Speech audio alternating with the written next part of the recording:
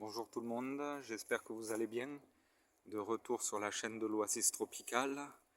Une petite vidéo récapitulative à la mi-juillet pour vous montrer en termes de production de fruits qu'est-ce que je devrais avoir cette saison. Alors, ce qui est le plus probable et le plus probant, c'est les goyaves. Sur le goyavier vrai variété Limone.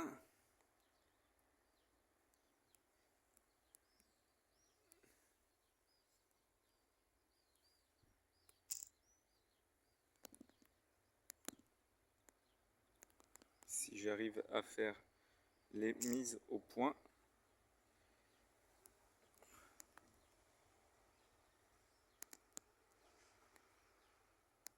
Pour vous montrer une belle vue. Alors, je n'arrive pas à faire les mises au point. On va venir ici. Voilà. Ici, il y en a une jolie. Ici également.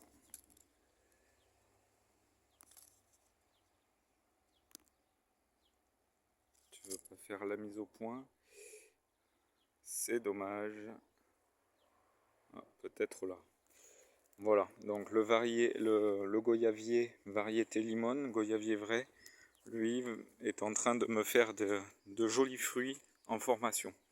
Le deuxième fruitier tropical où je devrais avoir également une production sur l'arrière-saison, c'est le papayer variété Silhouette, le papayer Carica, Silhouette auto-fertile, vous voyez.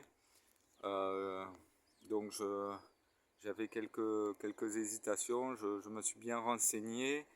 Il y a des papayers auto-fertiles, hein, les variétés commerciales actuelles les plus répandues sont principalement des variétés auto-fertiles. Après, il y a des papayers qui font des fleurs mâles, d'autres qui font des fleurs femelles, donc des fois qu'il faut croiser, pour obtenir des fruits, mais certains cultivars aujourd'hui sont également auto-fertiles. Et donc là, Silhouette, bien, ça a l'air d'être le cas. Donc des petites papayes sont en formation sur ce pied-là principalement. Voilà, j'en ai un autre à côté, mais celui d'à côté, actuellement, il ne me fait rien. Voilà, et d'ailleurs, il est moins en forme que celui-ci. J'ai eu quelques fruits de la passion sur mes toutes jeunes Passiflore edulis, voilà, qui ont été mises en terre là en tout début d'été, au mois de juin. J'en ai déjà récolté quelques-unes. Ah ben, vous voyez là, il y a un fruit qui est au sol.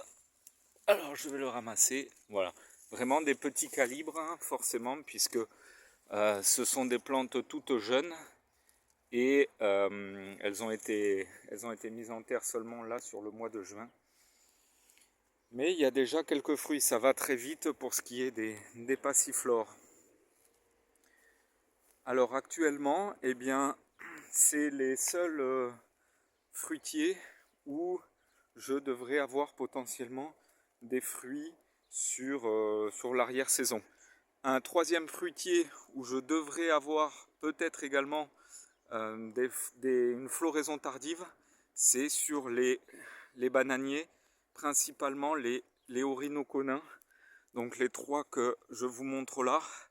Voilà, là on n'est pas loin à mon avis de la floraison puisque le cône central se resserre, les feuilles sont de plus en plus petites et très certainement que je ne devrais pas tarder à avoir une fleur drapeau. Par exemple sur ce pseudo-stipe là, ça ne devrait pas tarder.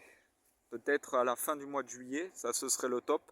Sinon, au courant du mois d'août, au pire, ça serait début septembre et ce serait moins bien.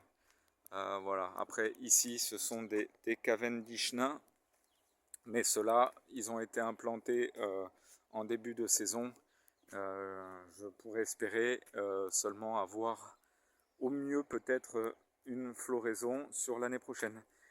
Alors, il y avait deux fruitiers, trois fruitiers même, sans compter les avocatiers, qui ont fleuri et qui n'ont pas noué au printemps. Là, c'est le chérimolier. Le chérimolier, il y avait beaucoup de fleurs en formation. Et malheureusement, les températures trop hautes dès la deuxième moitié du mois de mai ont eu raison des petits fruits. Ça n'a pas bien noué.